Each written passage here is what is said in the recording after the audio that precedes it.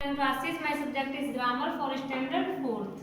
Students, chapter 6 मैंने आपके grammar पूरे फिनिश कर दिए हैं and today is now new chapter. आपका ये न्यू चैप्टर है, chapter 7 nouns position, noun and उसके position.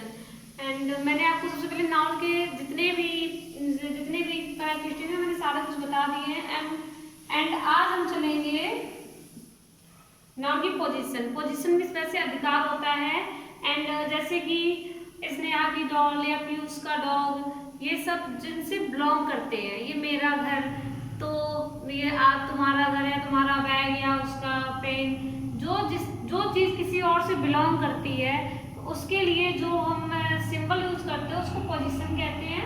We use comma and s, देख रहे हो आप, है ना.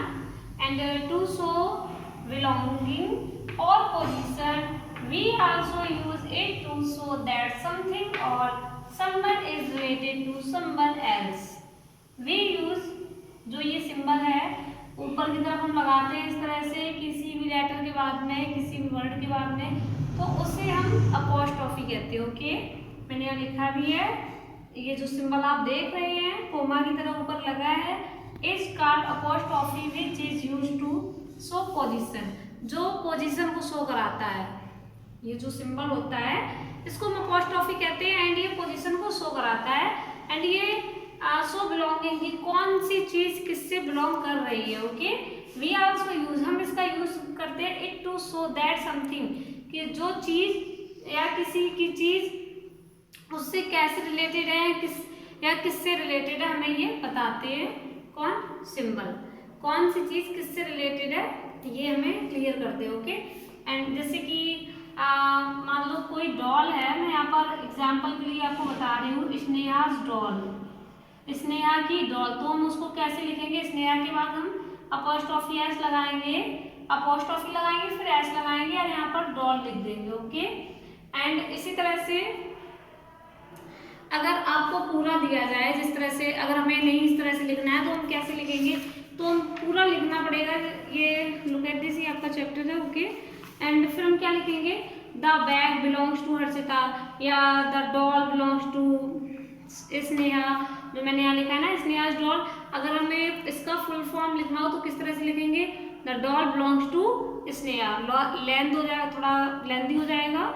एंड अगर हमें इतना लेंथी नहीं लिखना है, थोड़ा शॉर्ट में करना है, तो हम इस तरह से, ये लिखने का सही तरीका होता है स्नेहाज डॉल, स्नेहा की डॉल. ये शॉर्ट भी है एंड लर्नेबल भी है, बहुत जल्दी याद भी हो जाता है. And number 2, when a plural noun ends in s we just use the apostrophe. अब अगर स्नेहा तो वन गर्ल है ना एंड ये सिंगुलर है, तो हम सिंगुलर नाउन में जब भी एस यूज करेंगे तो हमें सोचना ही नहीं है, बस अपोस्ट्रोफी लगाएंगे एंड एस यूज कर देंगे. ओके, अब जब हम प्लूरल में करेंगे, जैसे प्लूरल में गर्ल्स, बॉयज या डॉग्स कुछ भी है, तो उसके लिए हमें अपोस्ट्रोफी एस फिर डबल एस हो जाएंगी. मान लो ये गर्ल्स लिखा है. ओके, अब आप सोचो इस तरह से एस और कर दो ऐड, तो ये आपका रॉन्ग होगा. ओके, बिकॉज लास्ट में एस है तो हमें फिर से एस नहीं यूज करनी. ये रूल है इसका, when a plural noun ends in s, जब प्लूरल नाउन एस पर एंड होता है, वी जस्ट यूज, तो हम तुरंत अपोस्ट्रोफी यूज करते हैं. अपोस्ट्रोफी का जो ये सिंबल मैंने आपको बताया है ना, हमें ये यूज करना है.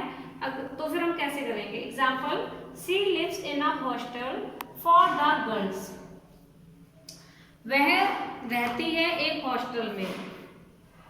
फॉर द गर्ल्स, जो लड़कियों के लिए है, लड़कियों के लिए या लड़कियों के हॉस्टल में वो रहती है.